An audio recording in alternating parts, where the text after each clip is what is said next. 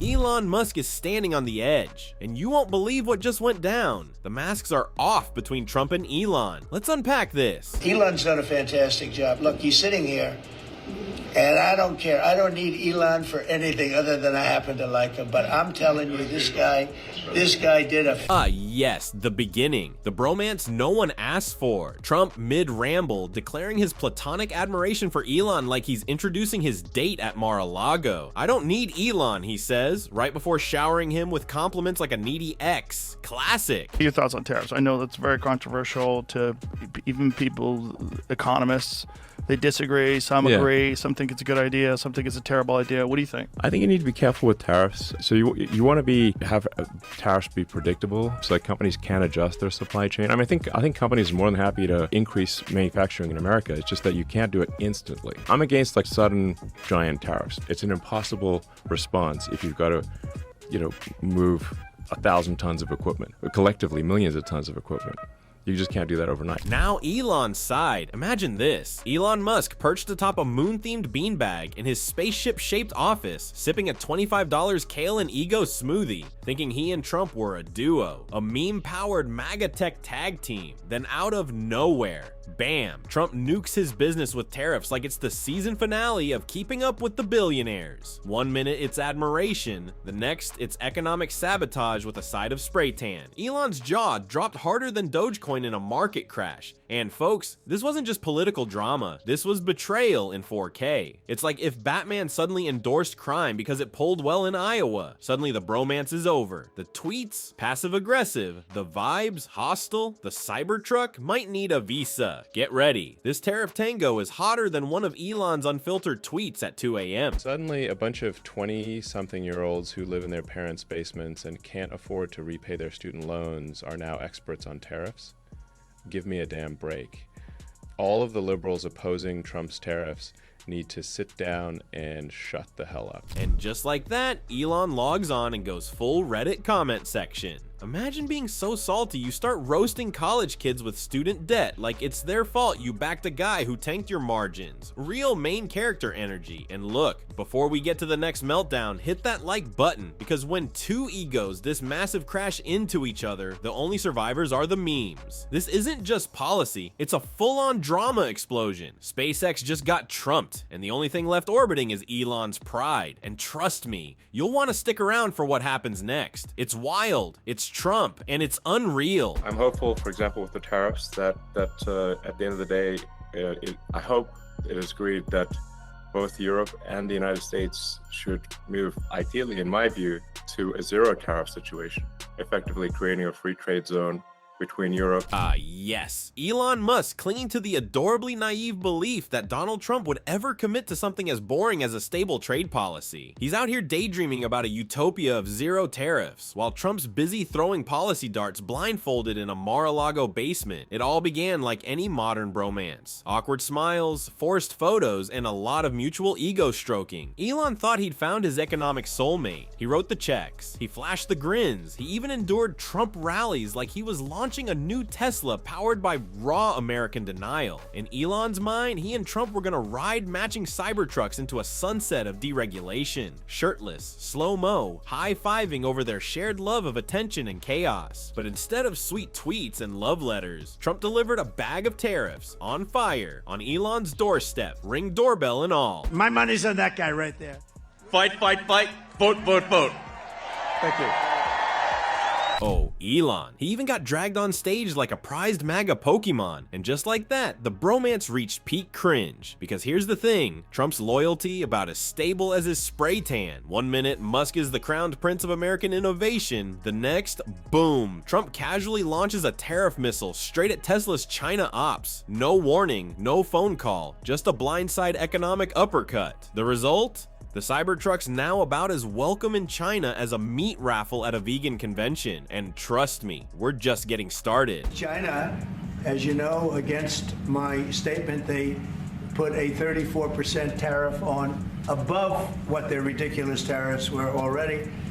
And I said, if that tariff isn't removed by tomorrow at 12 o'clock, we're putting a 50% tariff on above Rewind the tape back to Elon Musk's superhero origin phase when he thought his bank account and bad tweets made him immune to reality. Tesla stock sky high. Elon riding a wave of tech messiah energy, tweeting like Lex Luthor with Wi-Fi access and a god complex. He thought being Trump's unofficial innovation mascot came with perks, like diplomatic immunity from dumb economic decisions. But in true Trump fashion, no amount of genius or donation dollars could protect Musk from a tariff tantrum. Instead of policy, Trump started handing out trade war grenades like he was Oprah on a vengeance spree. You get a tariff, you get a tariff. And guess who took the hit right between the charging ports? Tesla. Years of Musk building Tesla into a global empire just evaporated into smoke. The company went from industrial giant to Kickstarter with extra steps overnight. And China, China was holding the extinguisher like not our problem. White House is doubling down on its commitment to tariffs despite a continued dive on Wall Street. Those tariffs now putting him at odds with his advisor. So much for campaign donations buying loyalty. Elon probably thought he had a lifetime membership in the Mar-a-Lago Mafia. Instead, he got the gold tier of Trump's loyalty rewards program.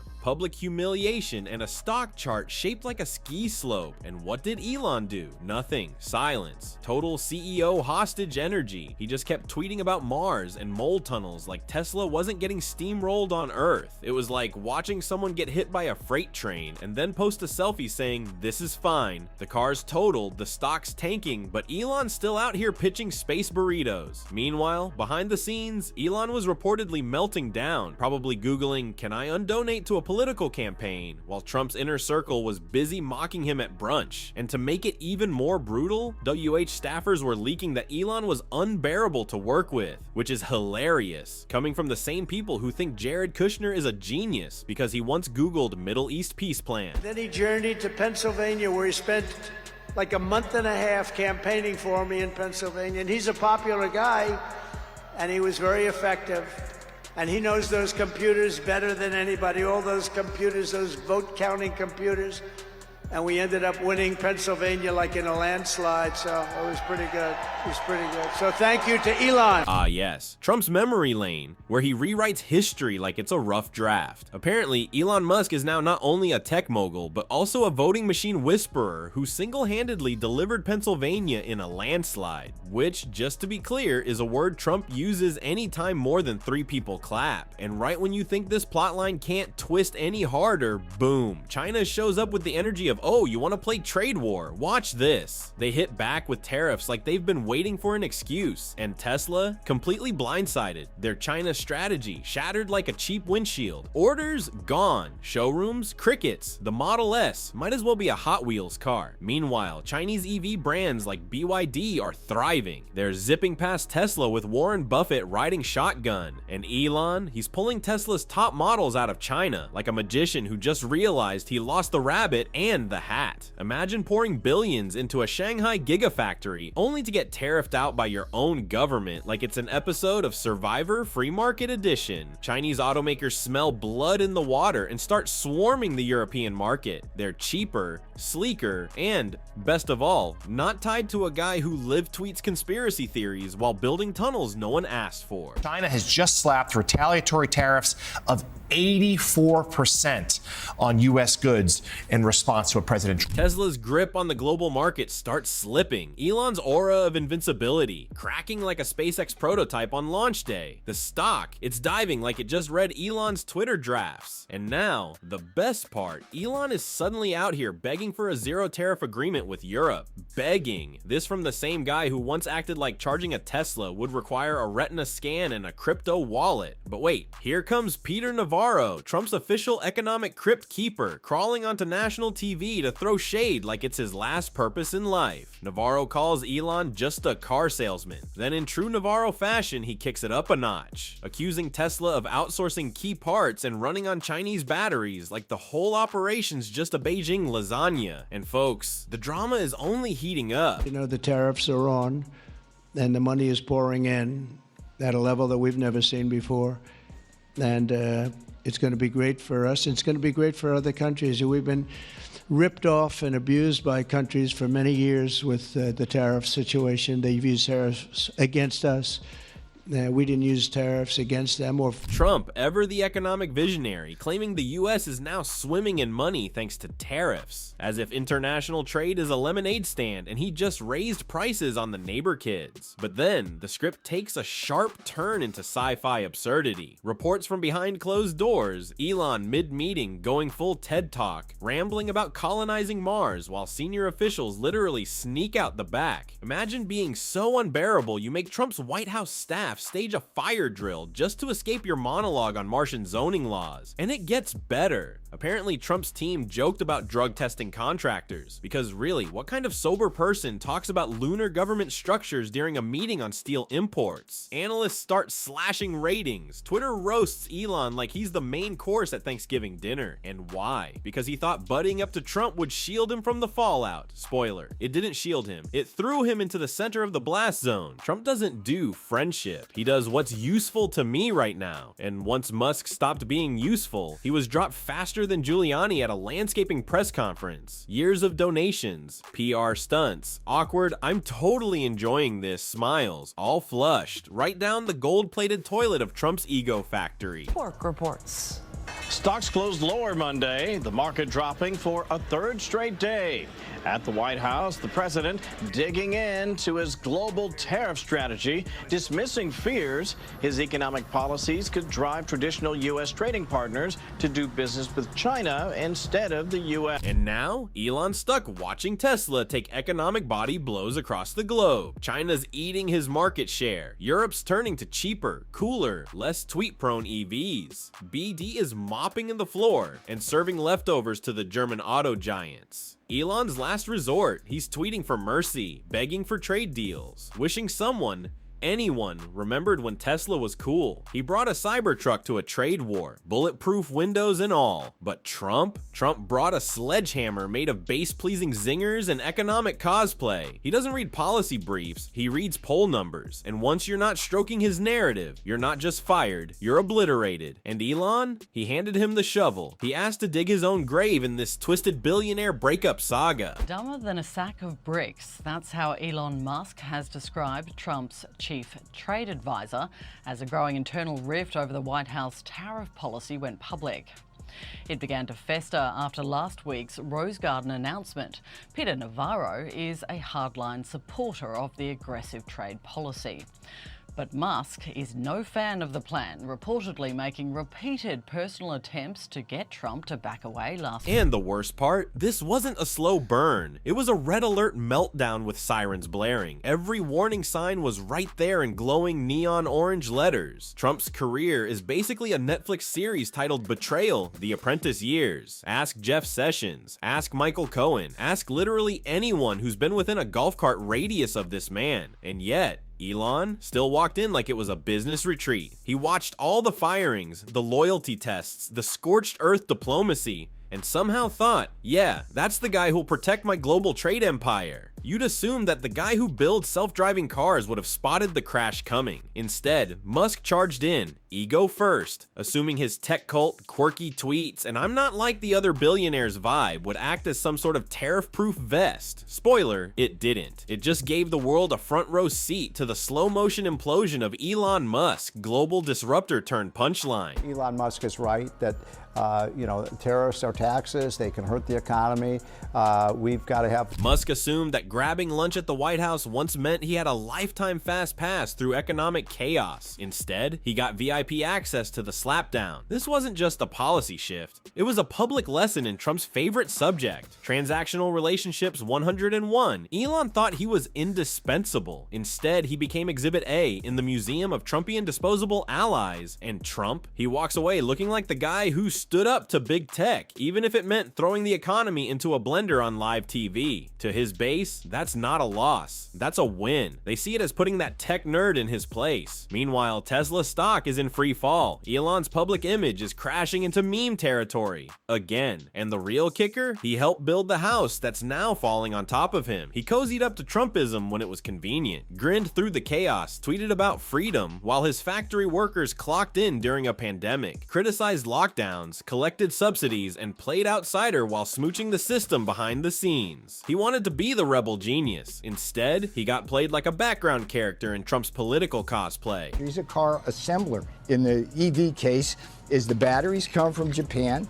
And just like that, Navarro drops the final insult, basically calling Elon a glorified IKEA manual for electric cars, as if Musk's entire empire is just screwing bolts into imported batteries while muttering about Mars. And the kicker? This wasn't some rare betrayal. This was just Tuesday in Trump world, a place where alliances are disposable, loyalty is a prop, and golf socks probably get more consistency than cabinet members. Now, Elon's stuck in no man's land. He can't clap back without alienating half his fanboys.